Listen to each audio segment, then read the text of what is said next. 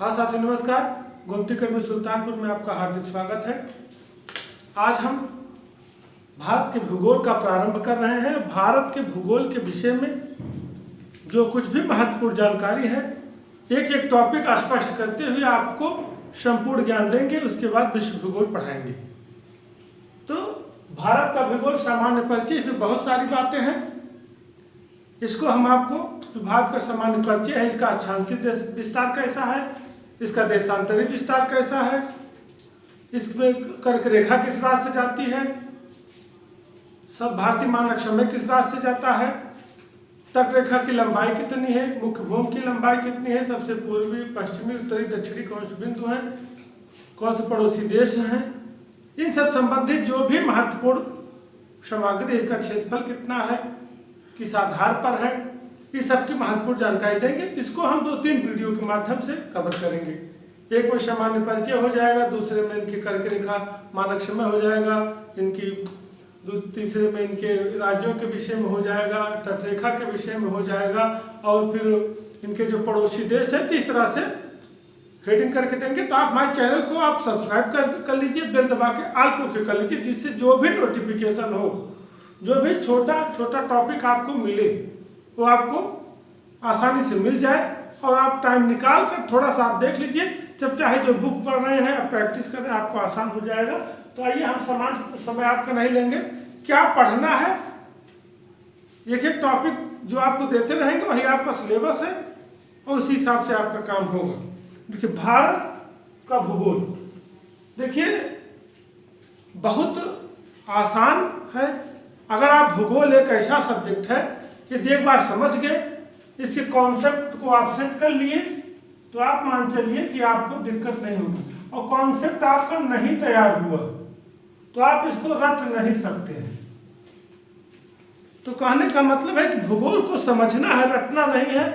हमसे जुड़े रहिए। जब कॉन्सेप्ट आपको समझ में आ जाएगा तो भूगोल से संबंधित जो भी समस्याएं हैं वो अपने आप स्पष्ट हो जाएंगी। कुछ भी समस्या आती है, आप कमेंट बॉक्स में हमको आप करिएगा।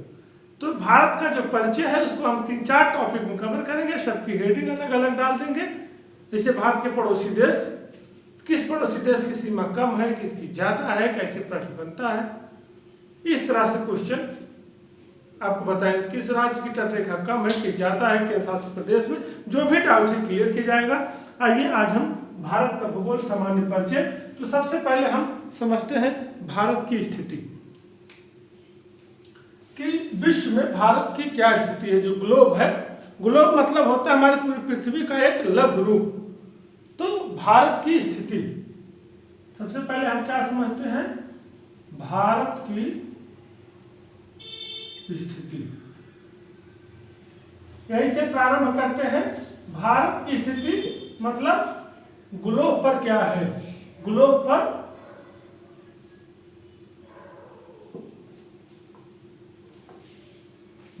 भारत की स्थिति क्या है। तो ग्लोब क्या, किसे ग्लोब कहते हैं, कि जो संपूर्ण पृथ्वी है, जो संपूर्ण पृथ्वी, जहाँ समुद्र, महासागर, पहाड़, जो कुछ भी, उसका क्या है, लघु रूप है। उसका एक, जैसे हमारा उत्तरी अमेरिका, दक्षिणी America, Europe, Asia, Africa, Australia, 5 महासागर, जो कुछ भी है, उसका जो संपूर्ण पृथ्वी का जो लघु रूप है, क्या है, लघु रूप, वही ग्लोब है। यही लघु रूप ही संपूर्ण पृथ्वी का, संपूर्ण पृथ्वी का जो लघु रूप है वही ग्लोब है। तो हम संपूर्ण पृथ्वी में अपने भारत को खोजेंगे और उसकी स्थिति को समझेंगे, कई पार्ट में समझेंगे। तो जो मुख्य चीजें हैं हम आपको यहाँ स्पष्ट कर देंगे। ग्लोब जानिए कि संपूर्ण पृथ्वी का जो सबसे लघु रूप है, जो लघु रूप है वही ग्लोब है। देखिए, अगर हम अपना ग्लोब लेते हैं, संपूर्ण पृथ्वी लेते हैं, तो आप समझने के लिए जान लीजिए, फिर आप हमारे वीडियो को देख लीजिए। लिखना चाहते हो तो एक एक वीडियो हम आराम से आपको देते रहेंगे। दीपावली है, थोड़ा सा 2-4 दिन ब्रेक होगा, आप लोग भी दीपावली मनाएंगे, हम लोग भी व्यस्त रहेंगे। उसके बाद फिर क्रमबद्ध चलता रहेगा। जो भी टॉपिक आप लिखते चलिए, जो दर्रे हैं, जो पहाड़ी है, जो हिमालय है, जो इनके कुछ भी एग्जाम में पूछे जाने वाला है, उसको क्लियर किया जाएगा। तो जैसे आप ग्लोब देख रहे हैं, ग्लोब, तो यहां आप समझिए, जैसे ग्लोब की स्थिति ये है। देखिए मैप हम बहुत अच्छा नहीं बना पाते, फिर भी कॉन्सेप्ट आपका स्पष्ट कर देंगे। तो जैसे अक्षांश रेखा, अक्षांश है और ये हमारा शून्यांश देशांतर है। अब आप समझिए, सबसे पहले आप ये जान लीजिए भूगोल पूरा पढ़ाएंगे, मैप का थोड़ा सा इधर उधर होगा तो उसको आप अपने मैप से क्लियर कर लीजिए, क्योंकि मैपिंग का काम हम उतना अच्छा नहीं कर पाते हैं, लेकिन आपका कॉन्सेप्ट स्पष्ट हो जाएगा। अब भारत की स्थिति, तो ग्लोब पर है, भारत की स्थिति क्या है। सबसे पहले हम जान लें कि जैसा बुक में लिखा गया है कि अक्षांश रेखा के आधार पर उत्तरी गोलार्ध, ये समझते चलिए आप कि अक्षांश रेखा के आधार पर, अक्षांश रेखा के आधार पर, अक्षांश रेखा के आधार पर उत्तरी गोलार्ध में,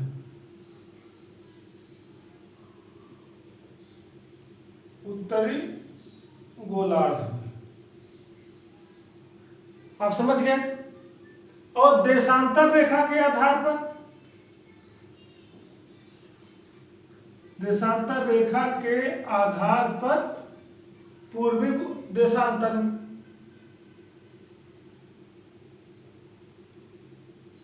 पूर्वी देशांतर में,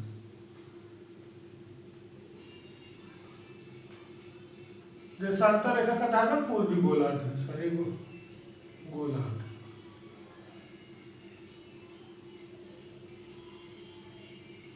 हमें विश्वास है कि आप लोग अक्षांश रेखा देशांतर रेखा जान रहे होंगे, नहीं वर्ड ज्योग्राफी में उसको स्पष्ट कर देंगे, क्योंकि वर्ड जब पढ़ाया जाएगा, जब उसमें भौतिक भूगोल पढ़ाया जाएगा तो उसमें अक्षांश देशांतर क्या कैसे डिग्री मिनट सब कुछ बताया जाएगा। भारत का महत्वपूर्ण है, इसको आप समझिए कि जो पृथ्वी के बीचों बीच में खींची गई रेखा है पूरब से पश्चिम, ये हमारा पूरब है, ये पश्चिम है, ये उत्तर है, ये दक्षिण है। तो जो पूरब से पश्चिम पृथ्वी के मध्य में देश अक्षांश रेखा, जो उत्तर से दक्षिण खींची गई देशांतर रेखा है। अब भारत की स्थिति जो है हमारी यहाँ है, आप समझिए यहाँ है, यहाँ हमारा इंडिया है।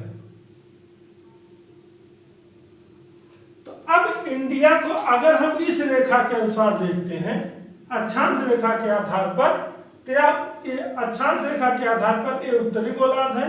अगर आप ऐसे समझिए, ये अक्षांश रेखा, फिर यहाँ समझिए ये देशांतर रेखा। अब इस रेखा के आधार पर ये उत्तरी गोलार्ध हुआ और ये दक्षिणी गोलार्ध हुआ। इस रेखा के आधार पर ये उत्तरी गोलार्ध हुआ और ये दक्षिणी गोलार्ध हुआ। तो कहने का मतलब है कि ये भी आधा दो भागों में बांटते हैं, अक्षांश रेखा भी देशांतर, बस अंतर है कि ये पूरब से पश्चिम खींची गई है, ये उत्तर से दक्षिण खींची गई है। अब अगर एक कॉन्सेप्ट आप समझ गए हैं, तो अगर क्वेश्चन कैसा भी हो, कथन कारण या डायरेक्ट क्वेश्चन या एक सही दो सही या मेंस का भी क्वेश्चन इंटरव्यू में भी पूछे, तो आप बता सकते हैं कि ये अक्षांश रेखा के आधार पर भारत उत्तरी गोलार्ध में है क्योंकि यह उत्तरी है, और देशांतर रेखा के आधार पर पूर्वी गोलार्ध में है क्योंकि यह पूर्वी है। अब आप समझ गए होंगे। पहली स्थिति, ग्लोब पर भारत की स्थिति जो है, यहां बना देते हैं ग्लोब पर भारत की स्थिति। यदि यह टॉपिक आता है, दर्शाइए, बताइए, या कुछ भी प्रश्न पूछता है तो आप स्पष्ट बताएंगे कि अक्षांश रेखा से उत्तरी गोलार्ध में और देशांतर रेखा के दक्षिणी गोलार्ध में भारत की स्थिति है। हमने इसको लिखा है आप इसको समझ लीजिए। अगर आप इसको रटते हैं उत्तरी गोलार्ध में, पूर्वी गोलार्ध में, तो आप कंफ्यूज हो जाएंगे कि उत्तरी गोलार्ध में है कि पूर्वी गोलार्ध है। तो यहाँ आपको स्पष्ट होना चाहिए अक्षांश रेखा से पूछ रहा है कि देशांतर रेखा से पूछ रहा है। तो ये चीज आप यहाँ समझ सकते हैं। यह आपका स्पष्ट हो गया। अब सबसे मुख्य चीज देखिए, मैप के हिसाब से आप इसको समझे रहेंगे तो दिक्कत नहीं आएगी। अब आपका ग्लोब पर भारत की स्थिति क्लियर हो गई। अब आप समझिए कि महाद्वीप,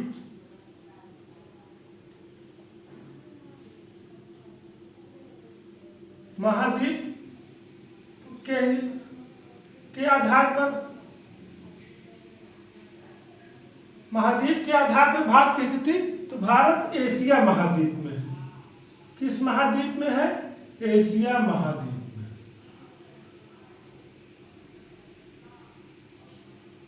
में। एशिया महाद्वीप। अब आप समझिए, आप मत सोचिए जैसे हम आपको एशिया नहीं बता रहे हैं या अक्षांश रेखा को बहुत डिटेल्स नहीं बताए, देशांतर। जब हम विश्व का भूगोल पढ़ाने लगेंगे या जब हम भारत का भौतिक भूगोल पढ़ाएंगे, जब हम भूगोल का भौतिक भूगोल पढ़ाएंगे, जब भौतिक स्थिति पढ़ाएंगे, तो उसमें पहली चीज यही सब अक्षांश देशांतर यही सब चीजें आएंगी। तो भारत का जब भूगोल हो जाएगा तो ग्लोब थोड़ा सा भारत समझिए, उसके बाद इसमें जो कॉन्सेप्टुअल चीजें हैं जब आप समझ लेंगे परीक्षा के लिए आसान हो जाएगा। उसके बाद हम भूगोल, भौतिक भूगोल जब पढ़ाएंगे तो अक्षांश देशांतर यमोत्तर सब जितनी भी रेखाएं हैं, जो भी स्थिति है, सब मैपिंग हिसाब से आपको समझा देंगे। अब एशिया महाद्वीप में है। अब जैसे एशिया महाद्वीप की जो स्थिति है वो भारत एशिया के किस भाग में है? तो आप समझिए कि दक्षिणी एशिया में। दक्षिणी एशिया का देश है, इसको आप समझ लीजिए। दक्षिणी एशिया का देश है, दक्षिणी एशिया का देश है। आप देखिए जो एशिया का मैप ऐसे है उसमें भारत जो है दक्षिण में ही है। तो कहने का मतलब है कि एशिया का मैप में आप देख लेंगे तो भारत की स्थिति दक्षिण में है। तो अब जो प्रश्न बनता है यहाँ, भारत किस महाद्वीप में है? भारत एशिया महाद्वीप में है, पहला। दूसरा, भारत एशिया के किस तरफ है? दक्षिण। भारत की स्थिति एशिया में क्या है? उत्तरी एशिया, मध्य एशिया, दक्षिणी एशिया, पूर्वी एशिया, पश्चिमी एशिया, कुछ भी ऑप्शन रहे तो आप दक्षिणी एशिया लगाइएगा, साउथ। ये आपका स्पष्ट हुआ। अब भारत का भौगोलिक क्षेत्र,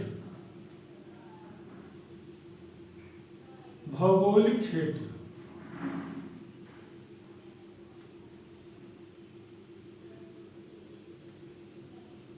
देखिए, जो चीजें हम आपको बता रहे हैं वो व्यू ऑफ एग्जाम, आपका यूपीपीसीएस हो, लोअर पीसीएस हो, पेट हो, सुपर टेट हो, टीजीटी, पीजीटी, एलटी हो, ज्योग्राफी का जो मूल पॉइंट है जहां से प्रश्न बनते हैं उसी को हम आपको फोकस कर रहे हैं। भारत का क्षेत्रफल, तो भारत का भौगोलिक क्षेत्रफल कितना है? भौगोलिक क्षेत्रफल यदि प्रश्न बनता है, कभी कभी इस तरह प्रश्न बनता है भारत के विषय में क्या सही है, तो उसमें या क्या सही नहीं है, तो सीधे देता है कि अक्षांश रेखा के उत्तरी गोलार्ध में, देशांतर रेखा पूर्वी गोलार्ध में, भारत दक्षिण एशिया में है, भारत भौगोलिक है। तो उसमें से जो सही रहेगा जो गलत रहेगा आप कर लेंगे। भौगोलिक क्षेत्र भारत में कितना है? भौगोलिक क्षेत्र 32,87,263 32,87,263 वर्ग किलोमीटर। ये एकदम याद कर लीजिए कि यह मतलब किलोमीटर, ये एकदम आपको कन्फर्ट होना चाहिए कितना है। 32,87,263 किलोमीटर। यहाँ एक प्रश्न और बनता है जो कि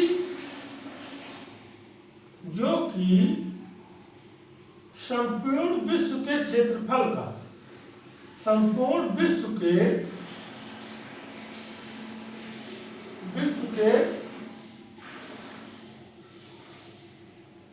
क्षेत्रफल का, संपूर्ण विश्व के क्षेत्रफल का 2.42% है। 2.42% है। अब समझिए, जो कि संपूर्ण विश्व के क्षेत्रफल का 2.42% है, इसका मतलब है कि भारत का जो क्षेत्रफल है 32,87,263 वर्ग किलोमीटर है। 32,87,263 किलोमीटर है।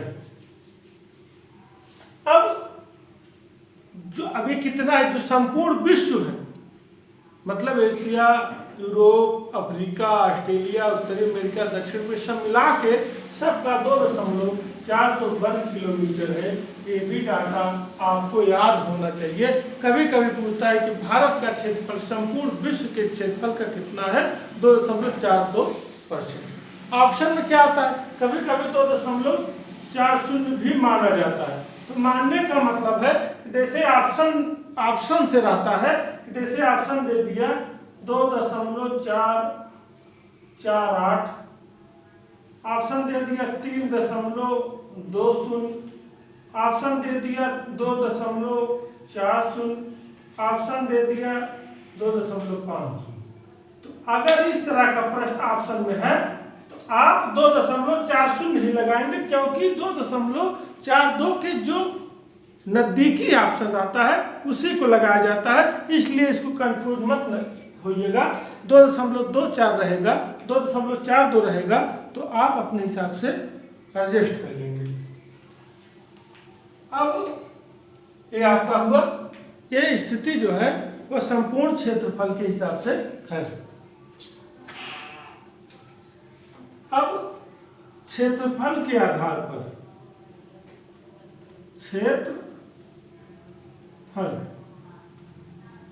क्षेत्रफल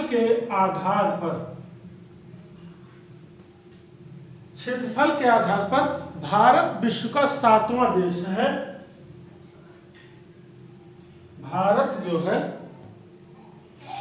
भारत विश्व का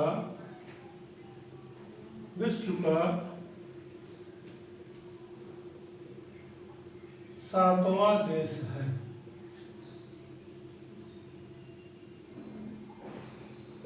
7वां, ये भी आपको याद होना चाहिए कि क्षेत्रफल के आधार पर भारत विश्व का कौन सा देश है। मतलब जो विश्व के क्षेत्रफल का 2.42% भारत का शेयर है, भारत का भौगोलिक स्थिति है, तो भारत किस नंबर पे है, 7वें नंबर पे है। तो और कौन से हैं, इसको आप क्रम से याद कर लीजिए। को 7 देश कौन से हैं, 7 देश कौन से हैं, उसको आप क्रम से याद कर लीजिए, जिससे आपको दिक्कत ना हो। कभी अवरोही क्रम से, कभी आरोही क्रम से पूछता है। आरोही बढ़ते क्रम में, छोटा फिर बड़ा, अवरोही घटते क्रम में। तो आप इसको समझिए, सबसे ज्यादा भौगोलिक क्षेत्र पर इसकी स्थिति है रूस की। रूस के बाद हमारा आता है कनाडा, फिर आपका रूस, कनाडा, फिर चीन, फिर अमेरिका, 5वें नंबर पर ब्राजील, 6ठे नंबर पर ऑस्ट्रेलिया, फिर 7वें नंबर पर हमारा हो गया भारत। भारत की स्थिति क्या है, 7वें नंबर पर।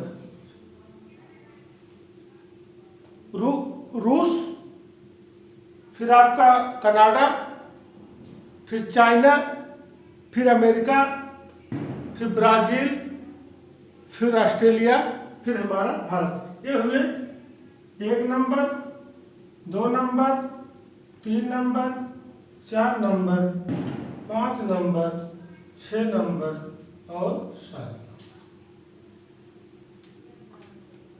ये आपको क्रम याद रहेगा तो यहां से इंपॉर्टेंट प्रश्न बनते हैं, आपको समस्या नहीं होगी। यहाँ एक चीज और समझते हैं, ब्राजील के विषय में पूछता है, कौन सा देश ऐसा है जो जनसंख्या के आधार पर और क्षेत्रफल के आधार पर 5वें नंबर पर है। तो इसका आंसर ब्राजील हो जाएगा। आपको बता दे रहे हैं, इस बात को भी आप याद कर लीजिए कि क्षेत्रफल और जनसंख्या के आधार पर, क्षेत्रफल और जनसंख्या के आधार पर कौन सा देश 5वें नंबर पर है? तो ब्राजील हमारा क्षेत्रफल और जनसंख्या दोनों आधार पर 5वें नंबर पर है। अब अगर पूछता है जनसंख्या की दृष्टि,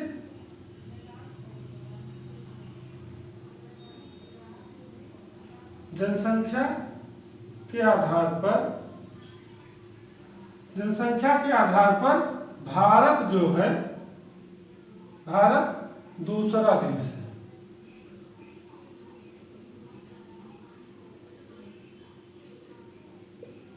जनसंख्या के आधार पर भारत कौन सा देश है? दूसरा। पहले पे कौन सा है? चीन। और दूसरे पे कौन सा है? भारत। अब ये समझिए कि चीन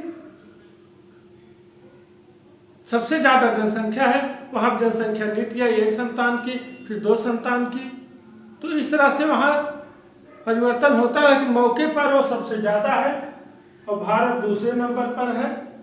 ऐसा माना जा रहा है कि आने वाले कुछ समय में भारत की जनसंख्या चीन से ज्यादा हो जाएगी यदि कोई जनसंख्या कानून नहीं आए तो।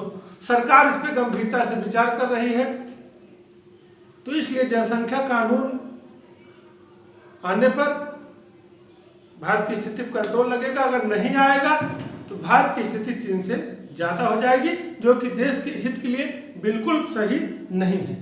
अब भारत में विश्व की कुल कितनी जनसंख्या निवास करती है? एक प्रश्न यह भी बनता है कि भारत में विश्व की कुल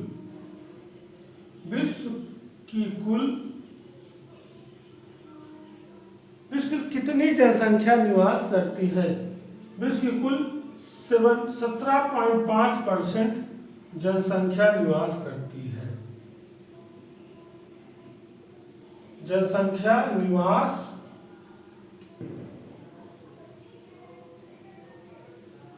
करती है। भारत में विश्व की कुल 17.5% जनसंख्या निवास करती है। कहने का मतलब है कि भारत संपूर्ण विश्व के क्षेत्रफल का 2.42% है, लेकिन जनसंख्या 17.5% है। इसको आप समझ के चलिए। ये हो गया। अब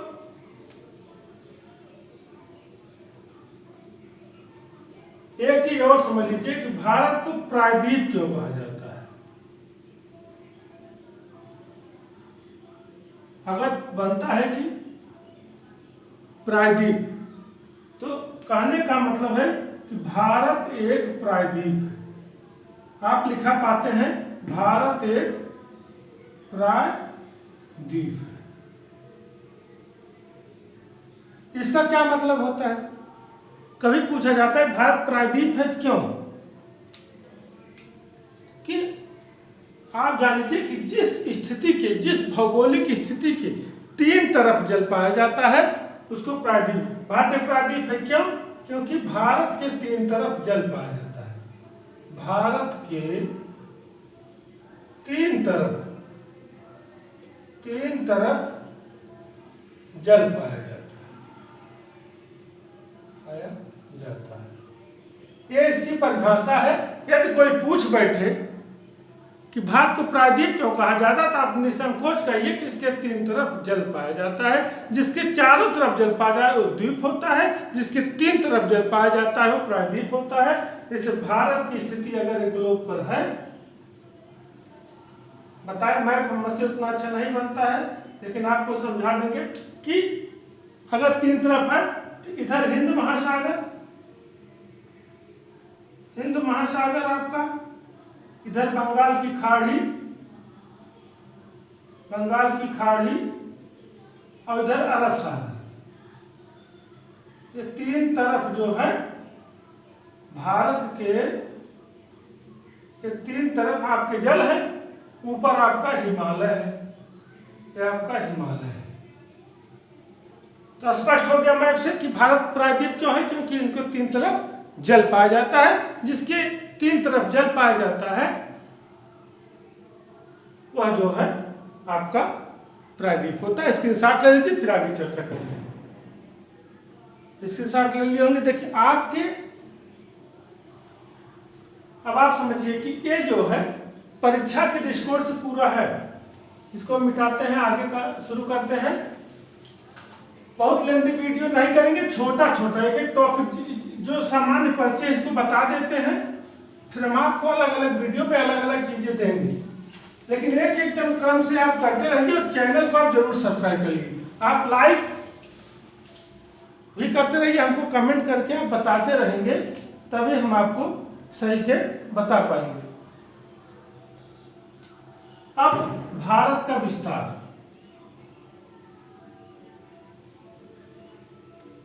भारत का विस्तार,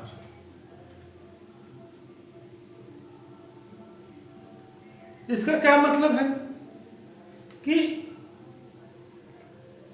भारत का हम 2 स्थिति बताएं कि अक्षांशी विस्तार हो सकता है और देशांतरिक। अक्षांशी के आधार पर या उत्तरी गोलार्ध में और देशांतर के आधार पर पूर्वी गोलार्ध में।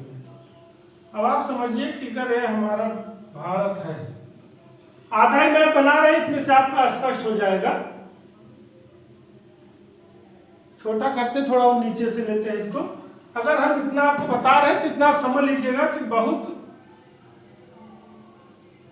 परेशान होने की जरूरत नहीं, बस इतने से आपकी स्थिति क्लियर हो जाएगी। इतने से आपकी स्थिति क्लियर हो जाएगी, बहुत दिक्कत नहीं होगा आपको समझने में। तो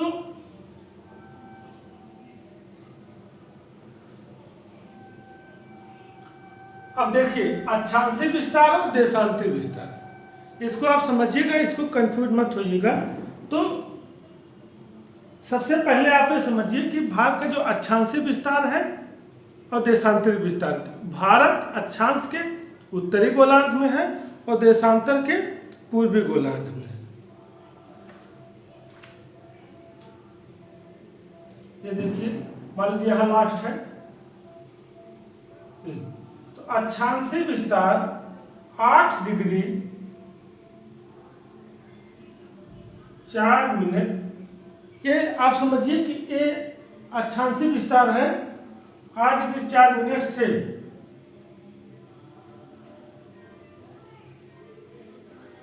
सीधा बन जाए 8 डिग्री 4 मिनट से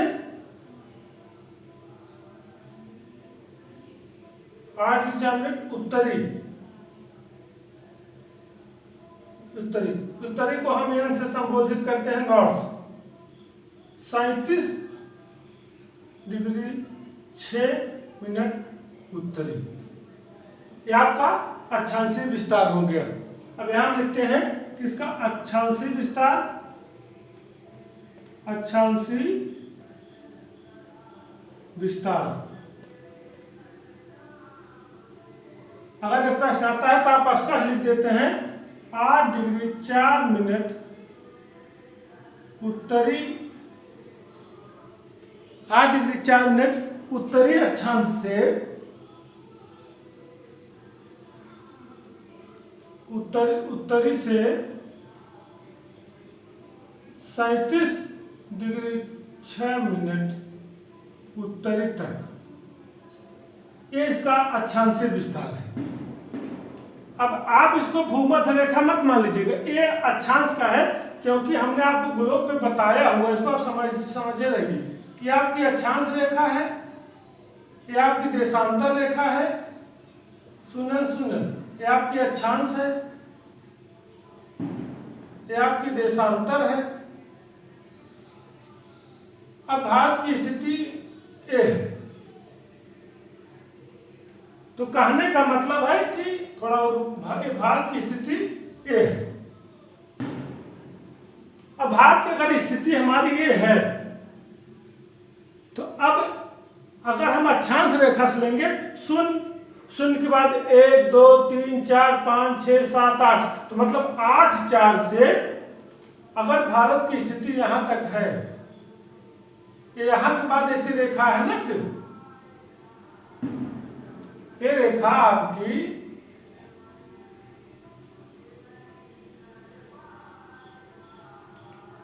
शून्य है, शून्य के बाद एक अक्षांश, एक अंश, दो अंश, तीन अंश, चार अंश, 1 degree, 2 degree, 3 degree, 4 degree, 5 degree, 6 degree, 7 degree, 8 degree, इस तरह यहाँ हमारा 8 डिग्री आएगा।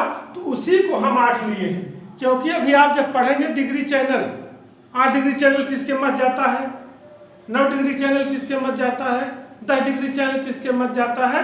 तो यह जो है, इसीलिए भारत का जो प्रारंभ तट है वो 8 डिग्री, 8 डिग्री किसको अलग करता है, 9 डिग्री किसको अलग करता है, 10 डिग्री, ये आपको हम उसमें बताएंगे, उसको भी जल्द बताएंगे उसके क्रम में जब आएगा। तो इनका जो अक्षांशीय विस्तार है वो 8 डिग्री 4 से 37 डिग्री 6 मिनट उत्तरी तक, तो क्योंकि ये अक्षांश रेखा के हिसाब से बता रहे हैं तो अक्षांश रेखा के उत्तर में है। ठीक, अब फिर देशांतरी विस्तार,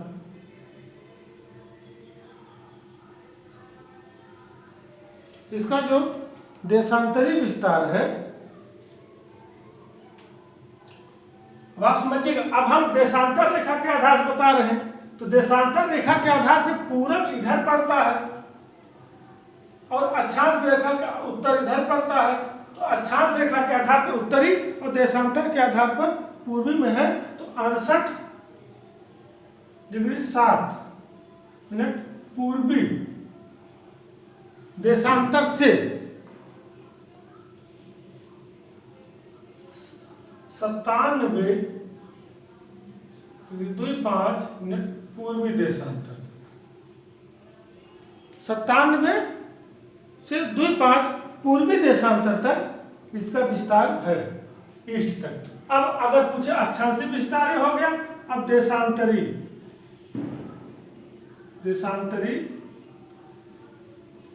विस्तार, इसको आप स्पष्ट लिख देते हैं कि 68 डिग्री 7 मिनट ईस्ट से 97 डिग्री 2.5 मिनट ईस्ट तक। अब आप स्पष्ट हो गया, भारत अक्षांश रेखा के उत्तर में है तो 8 डिग्री 4 मिनट उत्तरी अक्षांश से 37 डिग्री 6 मिनट पूर्वी अक्षांश तक है, और देशांतर रेखा के आधार पर पूरब में है तो यह 68 डिग्री 7 मिनट पूर्वी से 57 डिग्री इतने मिनट पूर्वी तक। अब आप समझिए, अगर कंफ्यूजन हो रहा हो तो हम आपको फिर से समझा दें। अब आप समझिए कि यदि ग्लोब ये है, ये आपकी अक्षांश रेखा है, ये आपकी देशांतर रेखा है, ये अक्षांश रेखा है, ये देशांतर रेखा है, और भारत की स्थिति ए है।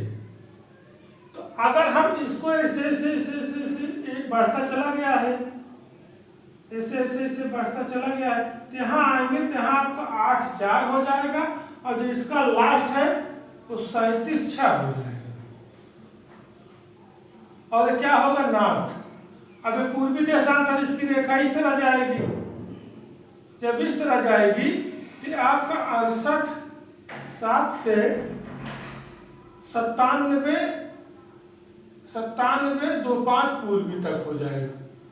अब आप समझ गए होंगे, कहने का मतलब है कि अक्षांश रेखा से जब हम उत्तर की ओर जाते हैं तो हमारा भारत पड़ता है, तो इसका प्रारंभ स्तर 8 डिग्री 4 मिनट उत्तरी से है और लास्ट 37 6 है, और देशांतर से हम पूरब में जाते हैं 68 7 पूर्वी से 97 2.5 पूर्वी तक है। अब आप समझिए कि ये जो है लंबाई, ये जो लंबाई है यहाँ से इस पूर्वी स्थल से इस स्थल से और इस स्थल से इस स्थल तक, ये भी पूछा जाता है। तो आप समझिए कि पूरब से पश्चिम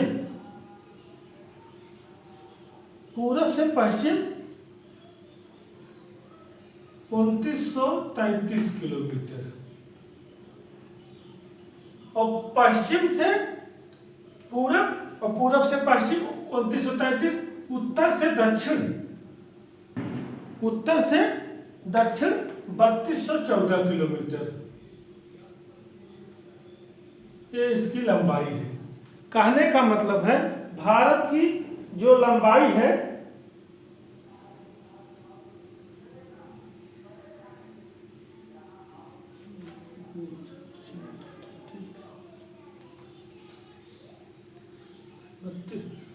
वो 3235 और 3214।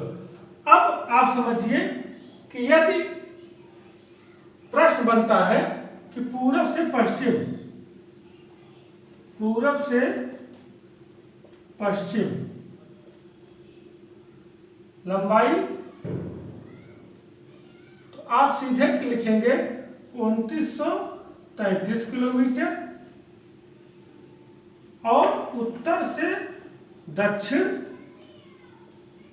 दक्षिण लंबाई अगर आप आती है तो आप सीधे लिखेंगे 3214 किलोमीटर। ये आप समझ गए होंगे भूगोल की स्थिति कि भारत उत्तरी गोलार्ध में है। अक्षांश रेखा के जब उत्तर जाते हैं तो 8 डिग्री 4 मिनट उत्तरी से 37 उत्तरी तक, देशांतर रेखा के पूरब में जाते हैं 68 पूर्वी से 97 पूर्वी तक, पूरब से पश्चिम इसकी लंबाई 2933 किलोमीटर और उत्तर से दक्षिण 3214 किलोमीटर है। इसको याद करना है। अब इसमें जो है सबसे पूर्वी, सबसे पश्चिमी, सबसे उत्तरी, सबसे दक्षिणी स्थल कौन कौन से हैं? तो भारत का स्थल क्या होगा? पूर्वी, 4 प्रश्न बनते हैं, पूर्वी, पश्चिमी, उत्तरी और दक्षिणी। पूर्वी, पश्चिमी, उत्तरी, दक्षिणी, तो ये 4 स्थल आपके पूछे जाते हैं। तो सबसे पूर्वी स्थल जो आता है वो किबिथु, उस स्थल का नाम है किबिथु। अगर ये पूछा जाए किस प्रदेश में है तो अरुणाचल प्रदेश में, अरुणाचल प्रदेश। प्रश्न जो आएगा सबसे पूर्वी स्थल कौन सा है? स्थल किबिथु किस राज्य में है? तो अरुणाचल प्रदेश। सबसे पश्चिमी गुजरात का स्थल है, गुजरात का गौरा माथा या सरक्रीक भी इसको कहते हैं। ऑप्शन देख के ये कहाँ का है? गुजरात का। मतलब पूर्व के अरुणाचल प्रदेश का किबिथु, पश्चिम गुजरात का गौरा माथा या सरक्रीक, और उत्तर का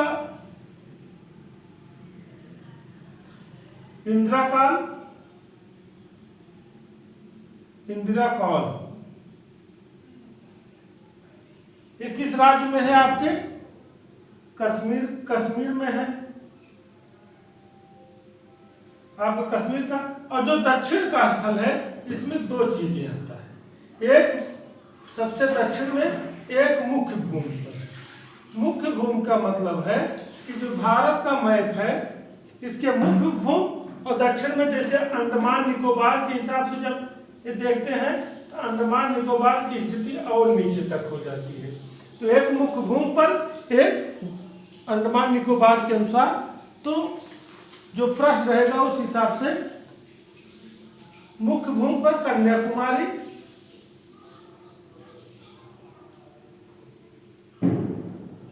मुख्य भूमि पर कन्याकुमारी, इसी को कैमोरिन भी बोलते हैं। कन्याकुमारी या कैमोरिन यह किस राज्य में है? तमिलनाडु में। इसी को कन्याकुमारी या कैमोरिन बोलते हैं। कहाँ है? तमिलनाडु में। और अगर पूछा जाए कि सबसे दक्षिणतम पूछा जाए तो इंदिरा पॉइंट, इंदिरा पॉइंट। तो जो प्रश्न आता है सबसे दक्षिणतम, सबसे दक्षिणी, तो जो प्रश्न आपका यहां बनेगा कि भारत के सबसे पूर्व में कौन सा है, किबिथु अरुणाचल प्रदेश में, सबसे पश्चिम में गौरामाथा या सरकरी गुजरात में, सबसे उत्तर में इंदिरा काल कश्मीर में।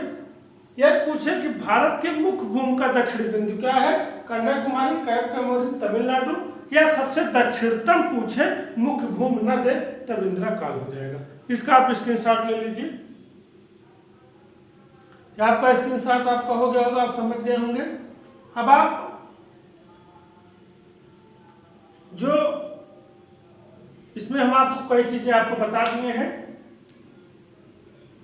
कि भारत की स्थिति अक्षांशी क्या है, भारत की स्थिति देशांतरी क्या है, अक्षांश के आधार पर किस अक्षांश से किस अक्षांश तक है, देशांतर के आधार पर किस देशांतर पर है, पूर्व पश्चिम उत्तर दक्षिण लंबाई क्या है, पूर्व पश्चिम उत्तर दक्षिण के मुख्य स्थल क्या है सबसे ज्यादा, और इसमें आपको सबसे मुख्य चीज यहाँ कंफ्यूज नहीं होना है कि उत्तरी ये दक्षिण ये उत्तरी क्यों लिखा है